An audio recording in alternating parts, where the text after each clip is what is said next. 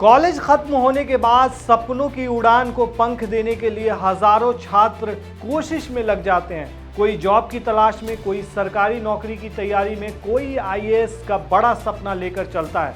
लेकिन कल एक ऐसी खबर आई, सब हैरान रह गए।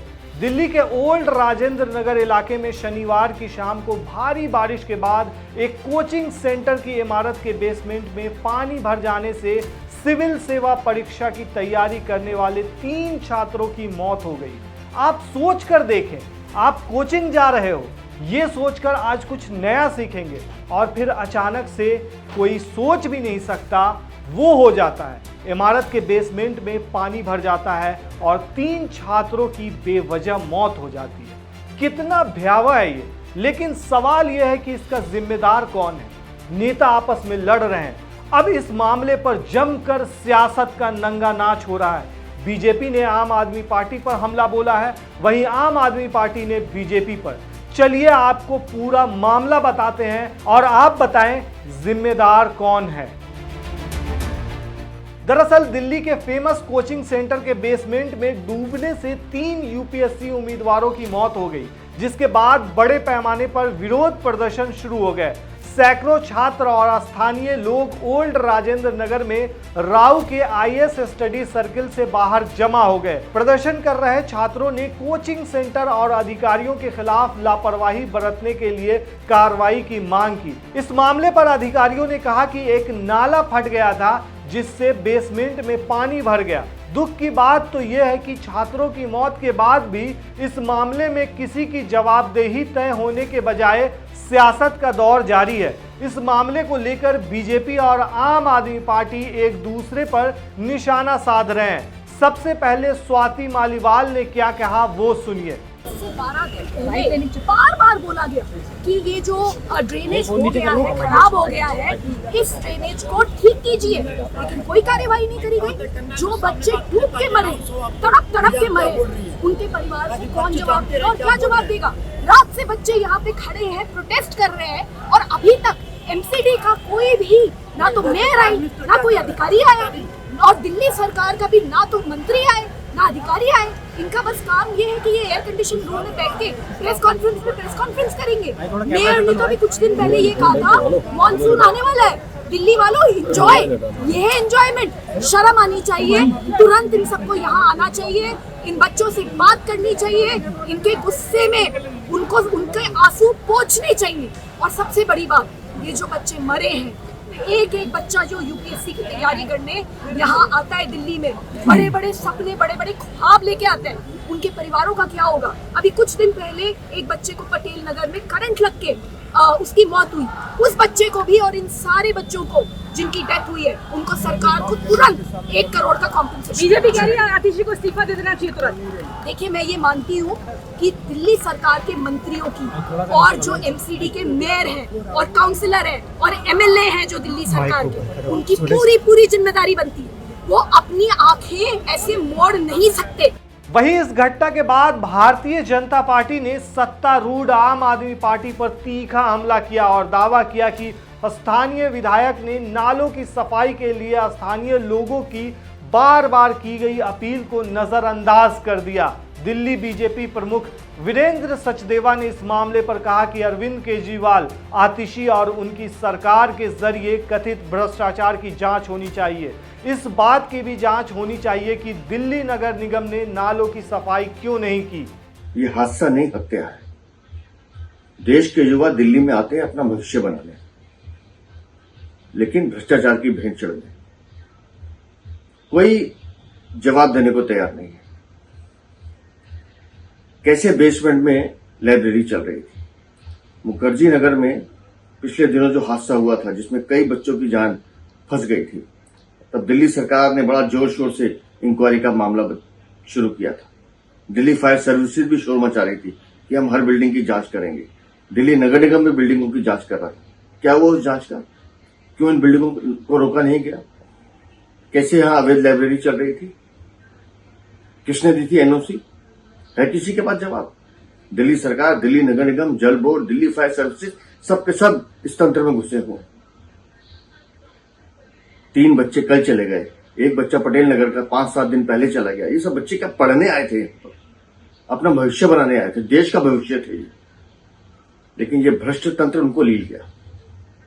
और दिल्ली की मंत्री कितने घंटे हो गए इस हादसे को हुए, अब तक हिम्मत नहीं जुटा पा रही है वहां जाने की, और कहती हैं जांच करेंगे। क्या जांच करेंगे आप? आपको तो तुरंत इस्तीफा देना चाहिए। इस पूरे तंत्र में, पूरे भ्रष्टाचार के खेल में आप लोग शामिल हैं।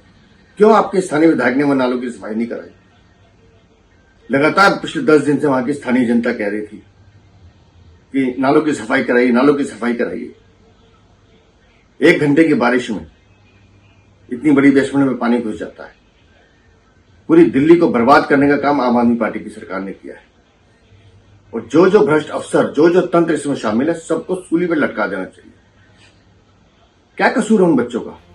वहीं बीजेपी नेता हरीश खुराना ने कहा कि आज फिर दिल्ली शर्मसार हुई है। हम सब दिल्ली वाले फिर शर्मसार हुए। ओल्ड राजेंद्र नगर में 3 छात्रों की जान चली गई। इसका एक कारण है अरविंद केजरीवाल की नाकामी और उनका भ्रष्टाचार। आज एक बार फिर दिल्ली शर्मसार हुई है। हम सब दिल्ली वाले आज शर्मसार हुए हैं। उसका कारण है कि एक बार फिर जो घटना हुई है ओल्ड राजेंद्र नगर में, जिसमें 3 मासूम बच्चों को अपनी जान देनी पड़ी है, उसका कारण सिर्फ एक ही है, अरविंद केजरीवाल की नाकामी, अरविंद केजरीवाल का भ्रष्टाचार। जिस प्रकार से जो खबर लगी है कि बच्चे और वहाँ के लोकल रेजिडेंट कई दिन से कह रहे थे कि यहाँ का ड्रेनेज को आप साफ करिए, यहाँ पानी बहुत भर रहा है, लेकिन वहाँ के विधायक और अरविंद केजरीवाल की सरकार ने उसको अनसुना किया और 3 मासूम बच्चों को जो आईएएस बनने के लिए यहाँ आए थे, उनको अपनी जान देनी पड़ी।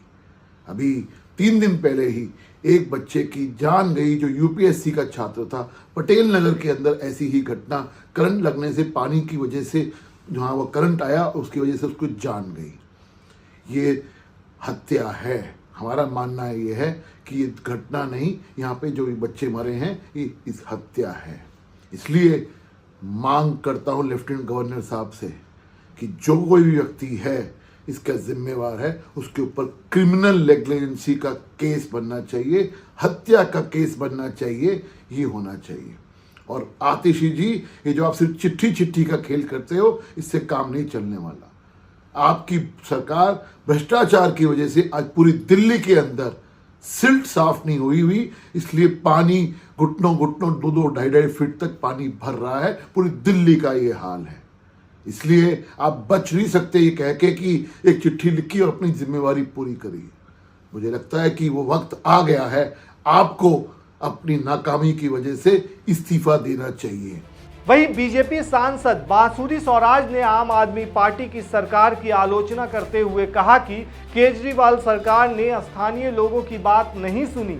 ये बच्चे यहां अपना भविष्य बनाने आए थे, लेकिन केजरीवाल और विधायक दुर्गेश पाठक की सरकार ने स्थानीय लोगों की एक भी नहीं सुनी। लोग पिछले 1 सप्ताह से दुर्गेश पाठक से नालों की सफाई करवाने की मांग कर रहे थे। केजरीवाल और दुर्गेश पाठक इन मौतों के लिए जिम्मेदार हैं। बीजेपी प्रवक्ता शहजाद पूनावाला ने भी केजरीवाल सरकार की आलोचना करते हुए इस घटना को आम आदमी के जरिए की गई हत्या बताया। वहीं बीजेपी के आरोपों पर आम आदमी पार्टी के विधायक दुर्गेश पाठक ने कहा कि पार्टी के पार्षद 15 साल तक दिल्ली नगर निगम में सत्ता में रहे, लेकिन नालियों का निर्माण नहीं कराया। विधायक ने कहा कि ये राजनीति का समय नहीं है, अब छात्रों को बचाने पर ध्यान केंद्रित है।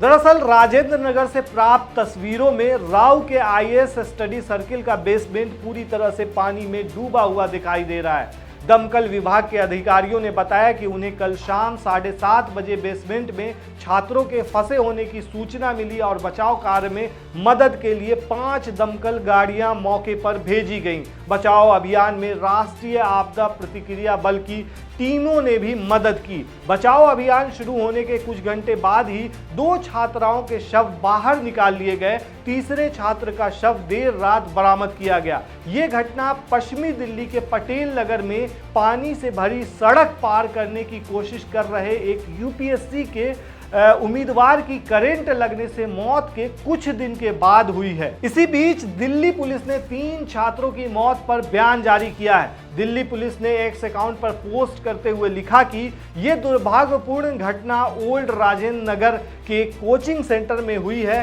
खोज और बचाव अभियान के खत्म होने के बाद 3 शव बरामद किए गए हैं। उनके परिवारों को सूचित कर दिया गया है, मामला दर्ज कर लिया गया है और जांच जारी है।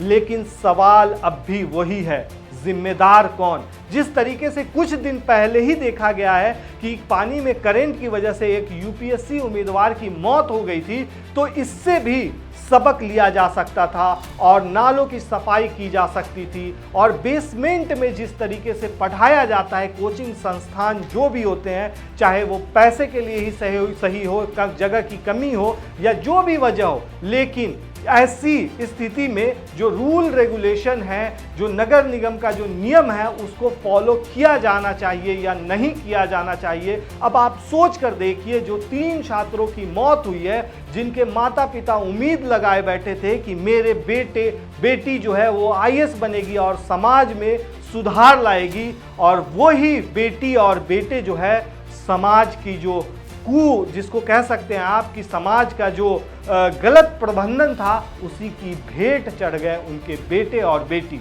ऐसे मामले बहुत ही सेंसिटिव होते हैं, कोई सोच भी नहीं सकता था कि ऐसा हो सकता है, लेकिन इस पर राजनीति की जा रही है और आपको बताना है कि इसके लिए जिम्मेदार कौन है। आप हमें कमेंट में ज़रूर बताएं कि इस पूरे मामले की जिम्मेदारी किसकी बनती है, सेंटर में जो एनडीए की सरकार है उसकी, या फिर राज्य में केजरीवाल सरकार है उसकी।